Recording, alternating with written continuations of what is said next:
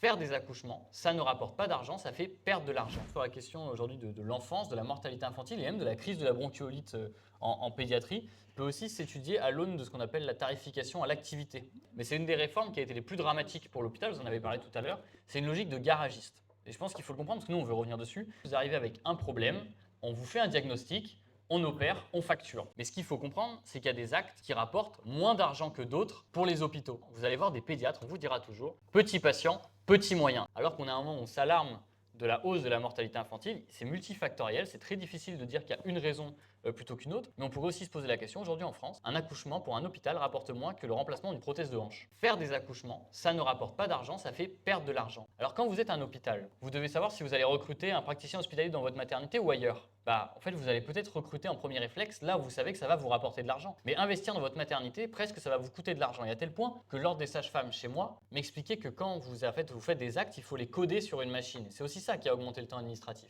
Et en fait, vous codez sur une machine des actes et c'est ce qui fait que l'assurance maladie va vous rembourser selon les actes que vous avez codés sur la machine. D'accord? Chez moi, les sages-femmes me disent, en fait, on fait une recette de cuisine et on doit faire la meilleure recette qui va permettre d'avoir le plus de lignes de code, qui va permettre d'avoir le meilleur remboursement pour que l'accouchement coûte le moins cher à l'hôpital public. Donc c'est vous dire aussi que c'est ce système-là qui a fait en sorte que certains services rapportent pas grand-chose, et c'est le cas notamment de tous les services qui traitent à l'enfance, la pédiatrie, la réanimation pédiatrique, et aux maternités, c'est une des choses sur lesquelles on doit revenir.